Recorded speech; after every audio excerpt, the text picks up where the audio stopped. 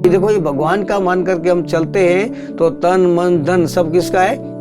उसका दिया हुआ। तो रक्षा भी कौन करता है? वही करता है, क्योंकि मेरे पास जो भी कुछ है वो परमात्मा का है। अगर ऐसा मानकर मैं चलता हूँ तो इसका रक्षक कौन हो गया? परमात्मा हो गया। वो जो 2000 की साल थी 26 जनवरी, वो महाभयानक भूकंप पूरे गुजरात में था।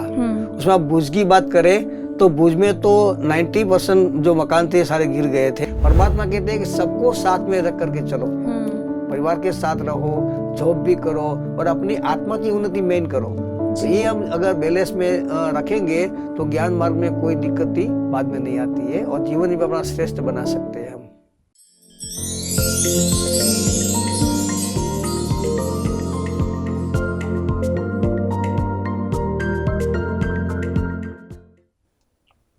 ओम शांति। आज हमारे साथ बीके विनोद भाई जी हैं, जो कच्छ भुज गुजरात से हैं। ये डिस्ट्रिक्ट पंचायत में हेल्थ सुपरवाइज़र के रूप में कार्यरत हैं और 43 इयर्स से बहुत प्यार से बाबा का हाथ और साथ पकड़ इस ज्ञान में चल रहे हैं। ओम शांति भाई जी। ओम शांति बहन जी। तो भाई जी, कैसे आपको ये ज्ञान मिला, कब परिचय मिला और क्या प्रेरणा रही कि मैं इस मार्ग पर चलूं? हमारे भुज परिवार में, घरों में हमारे माता पिता और ये सब सगे संबंधी सभी से भक्ति मार्ग में चलते थे। तो भक्ति के संस्कार तो थे वैसे भी, लेकिन मुझे भी ऐसा लगा कि भक्ति मार्ग में आगे बढ़ते हुए मुझे भी परमात्मा से मिलना है या परमात्मा को देखना है। तो मुझे भी ऐसा एहसास हुआ अंदर से कि मुझे कुछ जानना चाहिए। तो जब मैं 14 साल का हुआ तब मेरी जो लौकिक बुआ है चंपा माता, उन्होंने मुझे ये प्रेरित किया कि आप भी ये ब्रह्मा कुमारी का जो 7 डेज का कोर्स है तो आप ये कोर्स करिए। तो मैं भी वो कोर्स करने के लिए सन 1981 में पहली बार, इस जब मेरी उम्र 14 साल की थी, तब मैं ये कोर्स करने के लिए गया और उसी समय से लेकर के आज तक अविरत डेली कंटिन्यू इस मार्ग में चलता हूँ।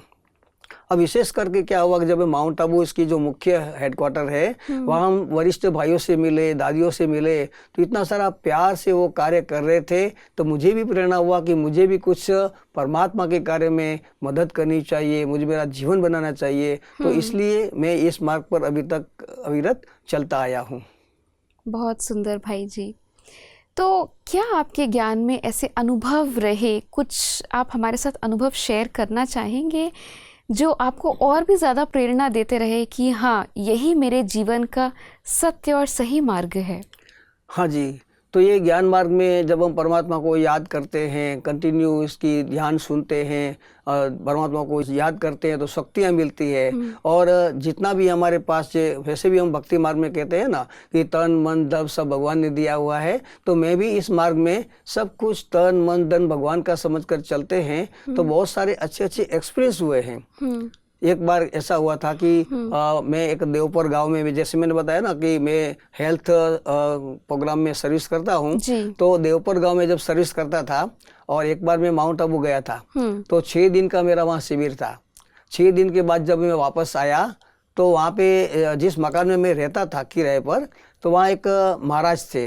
उन्होंने मुझे बताया कि विनोद भाई, जब आप माउंट आबू गए तो उसके बाद गाँव में चोर आए थे। और चोर आए थे और 6 लोगों का ताला टूटा था और चोरी हो गया था। तो मुझे भी बताया गया कि आपके घर में क्या गया है, आप देख लो, हमने ताला दूसरा लगाया है। तो मैं भी मेरे घर में जब ये ताला खोला, परमात्मा को याद किया और जैसे ही घर खोलता हूँ तो सामने एक नया टेप रिकॉर्डर, जिसमें उस समय मैंने खरीद किया था, तो वो चोरों ने नहीं लिया था। तो जो हमारे मकान मालिक थे, उन्होंने मुझे बताया कि क्या आप और फिर पैसा कुछ रखा था? तो मैंने बताया कि हाँ, मैंने पैसा रखा था। एक्चुअली मेरे घर में कभी ताला चाबी नहीं होता है और खुला ही रहता था। तो मेरी जो बेड थी, तो बेड के नीचे एक बॉक्स था, वो बॉक्स में मैंने पैसा रखा था। और जो रुमाल की जैसे माताएं गांठ लगाती है, तो मैंने भी गांठ लगा करके पैसा उसके अंदर रखा हुआ था। लेकिन जब मैं घर में देखता हूँ तो वो जो बॉक्स था वो बाहर निकला हुआ था और बॉक्स के अंदर मैंने बहुत सारे आध्यात्मिक किताबें रखी थी। वो सब चोर लोगों ने मेरे बेड के ऊपर ऐसे रखी हुई थी। और बॉक्स में जब मैं ऐसे देखता हूँ तो सामने पैसा मुझे दिखाई दिया। इसका मतलब कि जो मैंने पैसा रखा था गांठ लगा के, उस पैसे को चोर लोगों ने देखा है लेकिन वहां से लिया नहीं है। शायद उसका हृदय परिवर्तन हो गया होगा या कुछ ऐसा लगा होगा, उसको देखने में नहीं आया होगा, लेकिन ये मेरा पैसा एक सेफ्टी का साधन बन गया, क्योंकि मेरे पास जो भी कुछ है वो परमात्मा का है। अगर ऐसा मानकर मैं चलता हूँ तो इसका रक्षक कौन हो गया? परमात्मा हो गया। लेकिन मेन बात वहां पे अनुभव हुई कि जो मेरे पैसे मैंने वहां से उठाए उसमें से 150 रुपया, कि उस समय में जो किराया मकान में रहता था, तो महाराज को मैंने 150 रुपया उसको दिया किराया। तो महाराज की दिल में इतनी भावना आ गई तो उन्होंने बताया कि उसकी पत्नी को मीना बेन नाम है, तो उसको उसने बताया कि ये 150 रुपया हम अंत तक नहीं यूज करेंगे, हमारे जो अलमारी है उसके अंदर रख देंगे, ताकि विनोद भाई का पैसा इतना लकी है कि हमारे भी अलमारी में हमारा दागिना पैसा सब सेफ हो जाएगा, तो अंत तक यूज नहीं करेंगे। तो इतना उसकी भावना बैठ गई कि देखो ये भगवान का मान करके हम चलते हैं तो तन मन धन सब किसका है? उसका दिया हुआ। तो रक्षा भी कौन करता है? वही करता है। ऐसे में तन की रक्षा। तो और भी एक दूसरा अनुभव है कि जब मैं माउंट आबू गया था, वो 2003 की बात है, तो वहां से हम कॉलेज गाड़ी थी सेवा केंद्र की, और मैं ड्राइवर के रूप में था और गाड़ी चला रहा था। तो दीदी और हमारी जो जूनागढ़ की दीदी है दमयंती दीदी, और साथ में और भी 6 बहनें थी, हम सब माउंट आबू से निकले। और निकलने से पहले आपने सुना होगा कि जो प्रकाश मणि दादी, वहाँ की जो हेड थी हमारी दीदी, तो उन्होंने इस गाड़ी के ऊपर दृष्टि डाली थी और हाथ रखा था, और जैसे कि उसकी दृष्टि इतनी पावरफुल थी, काम कर गई कि मैं मेरी लाइफ में आज 35 साल से गाड़ी चला रहा हूँ, लेकिन एक बार जिसको कहते हैं ना कि होनी को कोई टाल नहीं सकता, तो मेरा भी जीवन में एक बार एक्सीडेंट हुआ था, जबकि 2003 में ये बहनें मेरे साथ थी, मैं गाड़ी चला रहा था और हमको 750 किलोमीटर गाड़ी चलाना था जी। तो माउंट आबू से दोपहर को हम निकले और जूनागढ़ हमको जाना था। अब जूनागढ़ पहुंचने में जब 8 किलोमीटर बाकी था, अच्छा, उस समय रात का समय था, 2 बजा था, और बहुत बड़ा एक्सीडेंट हुआ। और सामने जो ट्रक आई, अगर हमको ट्रक के साथ टकरा जाते तो कोई नहीं बचता, लेकिन 1 सेकंड में परमात्मा की याद आ गई और टचिंग हुआ कि टच नहीं करना है। मैंने पूरा हैंडल घुमा के उससे निकाल दिया, लेकिन जो ऊपर की जो पेड़ों की डालियां थी उसमें हमारा पूरा कैरियर फंस गया और गाड़ी जाकर के 3 गुलाट खा के पूरी खाई में चली गई। आप देखेंगे उस गाड़ी की हालत इतनी खराब हो गई थी कि उसमें कोई भी बच सकना मुश्किल था। लेकिन ऐसी हालत में जब गाड़ी लेकर के सभी टोचन करके वहां से लाए, तो सब पूछ रहे थे कि इस गाड़ी में कितने लोग मर गए। अगर आप मेरी हालत देखो, जैसे मैं गाड़ी चला रहा था, लेकिन हम कभी भी गाड़ी चलाते हैं, बाइक चलाते हैं, तो परमात्मा को साथ ही रखते हैं जी। तो परमात्मा ने छत्र छाया के रूप में उस गाड़ी में जो मेरे बाल थे, वो बाल को टच करते थे, टूटा हुआ पतरा, लेकिन मेरे खोपड़ी को टच नहीं किया। मेरे कानों में अगर हाथ डालो तो हाथ नहीं जाता था, इतना सारा यहाँ गाड़ी का पतरा टूट गया था और टीन का पतरा यहाँ टूट गया था, आगे से भी ऐसा था। मतलब कहने का मतलब कि पूरा लोहे की छाता बन गया था। जब मैं नीचे से निकला तो आप देखो कि पूरी गाड़ी टूट फूट हो गई थी, और मैंने भी सेफ थी। हम बाहर निकले और उसी समय रात को 108 गाड़ी को बुला करके एम्बुलेंस को, और जूनागढ़ की सिविल हॉस्पिटल में हमको दाखिल किया गया। लेकिन हमको देखा डॉक्टरों ने कि इनको तो कुछ हुआ नहीं है, हम सभी को छुट्टी दे दिया। लेकिन मेन बात यही है कि जब हम सेवा केंद्र पर पहुंचे 8:15 बजे, तो हमारी जूनागढ़ की बड़ी दीदी ने पूछा कि विनोद आपको क्या चाहिए। उनका भाव था कि आपको क्या नाश्ता चाहिए, चाय चाहिए, कॉफी चाहिए, लेकिन मेरे दिल से एक ही आवाज निकला कि दीदी मुझे मुरली चाहिए, मना ज्ञान की मुरली। आज तक 43 साल में कभी ज्ञान मुरली को नहीं छोड़ा है, नाश्ता बाद में, पहले मुझे मुरली सुनना है। तो परमात्मा का बहुत बहुत शुक्रिया कि ऐसी हालत में भी मैंने पहले बाबा को और मुरली को प्राधान्य दिया, इसलिए मैं ज्ञान मार्ग में अभी तक अविरत चलता आया हूँ। बहुत बहुत सुंदर अनुभव। हम भी कहीं जाएं तो परमात्मा का छत्र छाया में जाएं तो बिल्कुल सुरक्षित रहेंगे। बहुत सुंदर भाई जी। एक और बात कि मैंने सुना है 2001 में गुजरात में भुज में ही एक भूकंप आया था, क्या उस समय आप वहाँ मौजूद थे? जी मैं मौजूद था। अच्छा, तो क्या अनुभव था आपका उस भूकंप में?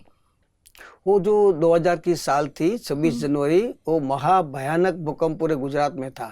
उसमें आप भुज की बात करें तो भुज में तो 90% जो मकान थे सारे गिर गए थे जी। और जो उसका अगला दिन था माना 25 जनवरी थी, तो उस समय मैं मेरे लौकिक घर में गया तो वहाँ पे बताया था कि कल सुबह आप घर में नहीं रहना, अच्छा। लेकिन आप बाहर में जो हमारा जो कारोबार चलता था आंगन में वही करते रहना। तो उन लोगों ने मना किया था, लेकिन मेरा ये फोर्स था, पता नहीं अंदर से टचिंग आया कि कल आप घरों में नहीं रहना। तो हमारे उस समय कच्चा मिट्टी का मकान था, बहुत बड़ा बड़ा मकान था। उसको मेरे पिताजी, मेरे माताजी, मेरी बहन, मेरा भाई दो, ये सब उस मकान में थे। लेकिन मैंने कहा था कि आप कहाँ बाहर रहना, तो लोगों ने बाहर में रहते थे, कामकाज करते थे। और 26 जनवरी को सवेरे बहुत बड़ा 8:45 बजे भूकंप आया। जी। उसमें हमारा मकान गिर गया, लेकिन ये सब बच गए। अब अच्छा। मेरा क्या हुआ कि मैं उस समय भी ज्ञान सुनने के लिए भुज, जैसे कि माधापुर मैंने बताया, तो उससे 5 किलोमीटर दूर हमारा सेंटर है। तो वहाँ पे मैं मुरली सुनने के लिए गया था। मुरली सुनने के बाद फिर हमारा एक प्रोग्राम था जो 5वीं मंजिल पर था। वहाँ पे वसंत भाई ब्रह्मा कुमारी में अपने आते थे, उसका जो मकान था वहाँ बहनें आने वाली थी, हमारे कुमार भाई आने वाले थे। तो हम लोग वहाँ पूरे मकान देखा। मकान के बाद एक छोटा सा कमरा था जिसको बाबा का कमरा कहते हैं। हम लोगों ने वहाँ पे योग किया। 5 मिनट योग करने के बाद जैसे ही हम बाहर निकले तो एकदम महाभयंकर भूकंप शुरू हो गया जी। वो इतना डरावना था कि वो भूकंप पहले ऊंचा ऐसे ऐसे हिलाया और फिर ऐसे ऐसे हिलाया। वो 7.8 स्केल पे था जी। वो पूरा 1.5 मिनट वो भूकंप चला।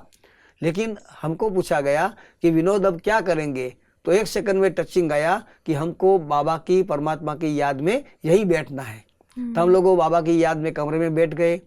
जब हम बैठे तब पीछे जो दीवार थी वहां से हम ऐसे टकराते थे, इतना पूरा ये जो 5 मंजिल का जो बिल्डिंग था वो पूरा हिल रहा था। कुछ समय के बाद इसी मकान में, फ्लैट में सारे जो लोग रहते थे वो चिल्लाने लगे, भागो भागो भागो, चिल्लाने की आवाज आई, सब भाग गए। लेकिन हम परमात्मा की याद में वहां बैठे रहे। थोड़े समय के बाद जहां हम बैठे थे तो उसी जो बाबा का कमरा था उसकी जो छत थी उसमें से पूरा जो प्लास्टर था वो गिरने लगा जी। और जो मकान था अंदर का सारा, उसके अंदर ये जो सामान था, बर्तन से, फ्रिज थे, सब टूटने लगे। कुछ समय के बाद हम जिस अपार्टमेंट में थे उसके बाजू का जो फ्लैट था 3 मंजिल का, पूरा नीचे तक धराशायी हुआ। इसको इतनी सारी आवाज आई कि लोग चिल्लाते रहे, इतनी सारी आवाज आती थी, कितने लोग मर गए वहां पे। कुछ समय के बाद पीछे का जो अपार्टमेंट था वो भी गिरा, इस साइड का था वो भी गिरा, बाकी हम जिस अपार्टमेंट में थे वो बच गया। हम वहां पे बैठे रहे। 5-7 मिनट के बाद जब उसका जो वाइब्रेशन बिल्कुल स्थिर रह गया तो हम लोग भी खड़े हो गए, क्योंकि हमको तो सब कुछ सुनाई देता था, लेकिन मन की जो तार थी वो भगवान के साथ थी। यही सोचा था कि अगर हम भगवान की याद में शरीर छोड़ेंगे तो कोई हर्जा नहीं, इसलिए हम निश्चिंत थे। लेकिन कुछ समय के बाद जब हम नीचे उतरे तो जिस फ्लैट में हम थे उसके सारे लोग नीचे खड़े हुए थे। जब हमको देखा सबको कि ब्रह्मा कुमारी वाले अभी उतर रहे हैं जी। इतनी सारी हलचल हो गई, इतने सारे लोग मर गए, इतने अपार्टमेंट गिर गए, नहीं ये लोगों को मालूम नहीं लगा। हम लोगों को पूछा कि इतनी सारी हादसा हो गया, भूकंप हो गया, आपको मालूम नहीं हुआ? हमने बोला कि हमको सब कुछ मालूम था, लेकिन हम भगवान की याद में बैठे हुए थे। अब वो लोग जो थे उनमें से एक भाई ने बोला कि ये अपार्टमेंट तो पतला है, वो गिरना चाहिए, लेकिन आप अंदर थे, इसलिए भगवान ने ये अपार्टमेंट बचाया है आपकी वजह से। तो देखो परमात्मा कितनी रक्षा करते हैं। अगर हम भगवान की याद में रहेंगे तो तन उसका है, तो तन की रक्षा भी वो भगवान करते हैं। ऐसा अनुभव किया हमने। बहुत बहुत सुंदर भाई जी। एकदम मंत्र मुग्ध कर देने वाले मिराकुलस अनुभव आपने शेयर किए। इसके साथ ही मैं एक और चीज़ आपसे ये भी जानना चाहती हूँ, आपकी इतना अभी शरीर की उम्र इतनी हो गई है, क्या कभी बीमारियों ने आपको तंग करने की कोशिश की? कैसे इस ज्ञान ने आपकी हेल्थ को अच्छा और सही रखने में आपकी मदद की? जी बहन जी, ये जो कहते हैं कि मेडिटेशन इज मेडिसिन। जी। जब हम परमात्मा को याद करते हैं, योग लगाते हैं, तो उसकी शक्तियों से वो दवा का काम भी करता है। और आज भी हम देखते हैं कि बहुत सारे शिव के मंदिर है जिसमें वैद्यनाथ कहते हैं, तो जी। परमात्मा एक वैद्य का काम भी करते हैं, हमारी बीमारियों की भी रक्षा करते हैं। तो मेरे जीवन में भी इतने सालों में, आज मेरी उम्र जो 58 साल है, तो 4-5 जात की बीमारी मेरे में आई थी, लेकिन वो सारी बीमारी परमात्मा की याद से वो ठीक हो गई है। आज तक मेरे देखो कोई गोली 1 भी रुपये की नहीं खाया है। एक बार की बात है, 2014 की साल थी और फरवरी मास था जी। तो मेरे उससे पहले 5 साल तक मेरे जो सीने में बहुत दर्द होता था, यहाँ हृदय में, और इतना दर्द होता था कि कुछ समय के बाद मैं ऐसे टच करता ना, बाबा को याद करता तो ठीक हो जाता था। अच्छा। इसलिए मैं दवाई नहीं लेता था। लेकिन जब हमारे हॉस्पिटल में एक बड़ा कैंप रखा गया और उस कैंप के अंदर सभी का कार्डियोग्राम निकाला गया, तो मेरा भी निकाला गया। उस समय मुझे बुलाया कि आपका जो हृदय है उसके अंदर 2 ब्लॉकेज है, इसलिए आपको ये 6 जात का जो दवाइयाँ हैं वो आज से 2 महीना स्टार्ट करना पड़ेगा। अच्छा। अब मैंने क्या किया कि मुझे मालूम था कि माउंट आबू मुझे 15 दिन के बाद जाना है, अपना वहाँ हॉस्पिटल भी है, कार्डियोलॉजिस्ट वहाँ पे बहुत अच्छे हैं, तो मैं वहाँ दिखाऊंगा। 5 साल से दुखता है मुझे, तो और 15 दिन सही। फिर 15 दिन के बाद जब मैं माउंट आबू गया और वहाँ भी मैंने डॉक्टर हमारे सतीश गुप्ता जी है उनको दिखाया, तो उन्होंने हमारा दूसरा फाइल निकाला, फिर से वहाँ कार्डियोग्राम निकाला और मुझे बताया गया कि आपकी 2 ब्लॉकेज है, आपको ये दवाइयाँ भी खानी पड़ेगी। अब मुझे मन में टचिंग आया कि परमात्मा कहते हैं कि अगर मुझे याद में रहेंगे तो आपकी सब बीमारियां चली जाएगी जी। तो मैंने वहाँ योग का भी प्रयोग किया। परमात्मा कहते हैं कि सबका प्रयोग करो, अब योगी बनो, साथ में प्रयोगी आत्मा बनो, और सबसे पहले अपनी बीमारियों के ऊपर प्रयोग करो। तो मैंने ये ट्राई किया और परमात्मा की याद 4 घंटा डेली, जहाँ वहाँ माउंट आबू में हमारे जो बड़ा बाबा का कमरा है, वहाँ सुबह 2 घंटा और शाम को 2 घंटा, ऐसे परमात्मा की जो शक्तिशाली किरण आती है वाइट, मेरे हृदय में जाती है। हृदय के अंदर 2 जो ब्लॉकेज है वो ब्लॉकेज को साफ करती है। ऐसा मैंने एक्सपीरियंस किया, विजन किया। 4 दिन के बाद मुझे लगा कि बहुत सारा वो साफ हो गया है, तो और 4 दिन बढ़ा दिया मैंने। अच्छा। 8 दिन तक मैंने 4-4 घंटा डेली इसके लिए योग का प्रयोग किया। और 9वां दिन हुआ तो मैं माउंट आबू गया पार्टी लेकर के, और जो बाबा की पहाड़ी है वहाँ पैदल चढ़ा। 10वें दिन वापस आया और वहाँ सतीश गुप्ता जी को मैंने बताया और फिर से मेरा कार्डियोग्राम निकाला तो मेरी एकदम नील रिपोर्ट आई। उनको भी आश्चर्य हुआ कि 10 दिन में कैसे हुआ। वो तीनों फाइल मेरे पास आज भी पड़ा है। तो देखो ये योग का प्रयोग करने से हमारी बीमारियां भी ठीक हो सकती है। थैंक यू सो मच भाई जी, इतना सुंदर अनुभव हमारे साथ शेयर करने के लिए। आप तो खान हैं अनुभवों के, और इसी के साथ आपने जॉब भी किया है। जैसे आपने डिस्ट्रिक्ट पंचायत में अभी आप हेल्थ सुपरवाइज़र के रूप में कार्यरत हैं। तो मेरा ये सवाल है, और मेरे जैसे और भी बहुत युवा हैं अभी, जैसे हम जॉब में हैं, तो कैसे आपने इस ज्ञान को अपनी जॉब में इम्प्लीमेंट किया? कैसे हम अपने ऊपर वालों के साथ अच्छे सहयोग के साथ काम करें, जो अंडर में हमारे काम कर रहे हैं, उन्हें हम कैसे मोटिवेट करते हुए प्यार से कार्य कराएं उनसे? इसके बारे में भी मैं आपसे थोड़ा जानना चाहूँगी, कैसे इस ज्ञान को हम अपनी जॉब में भी इम्प्लीमेंट करें। जी, क्योंकि ये ज्ञान हम डेली अगर सुनते हैं तो उसमें हर रोज परमात्मा में कुछ कुछ अच्छा सिखाते हैं जी। कि आपको वफादार रहना है, ईमानदार रहना है, सच्चाई पे चलना है। आप सब जानते हैं कि अभी दुनिया में जॉब करना कितना मुश्किल होता है, बड़ों के साथ काम करना, छोटों से काम निकालना, ये सब कुछ डिफिकल्ट होता है। लेकिन ये बैलेंस कहते हैं ना, जीवन में अगर बैलेंस है तो हम ज्ञान मार्ग में अच्छी तरह से चल सकते हैं। आज भी देखो मेरे जो माता पिता हैं, मेरे माता जी अभी साथ में यहाँ भी लेके आए हूँ, तो माता जी को साथ में रखते हैं। हमारा जो भाई लोग हैं वो भी साथ में रहते हैं। और आज भी मेरी जॉब में कर रहा हूँ, आज भी लास्ट साल बाकी है मेरा। इसमें बहुत सारी तकलीफें भी आई बीच में, लेकिन उस समय हम अगर बैलेंस रख करके, परमात्मा को साथी बना करके, सच्चाई और सफाई रख करके अगर चलते हैं तो कोई मुश्किलात नहीं होती है। क्योंकि हमारे जो छोटे जो होते हैं, कई बार ऐसे कर्मचारी होते हैं जो पूरा काम नहीं भी करते हैं।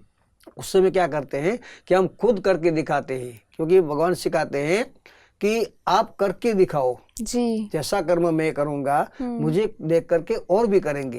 ये स्लोगन मुझे बहुत काम आया नौकरी में। अगर मैं करूंगा तो लोग देखेंगे कि अगर हमारा सुपरवाइजर कर रहा है तो मुझे भी करना चाहिए, तो ऑटोमेटिक उसको प्रेरणा होती है और काम करने में जुट जाते हैं। और हमारे बड़े जो होते हैं, हमारे जो सर होते हैं, उसके साथ भी अगर हम प्यार से, सच्चाई से, स्नेह से अगर काम करते हैं तो उसको फेथ और विश्वास बढ़ जाता है।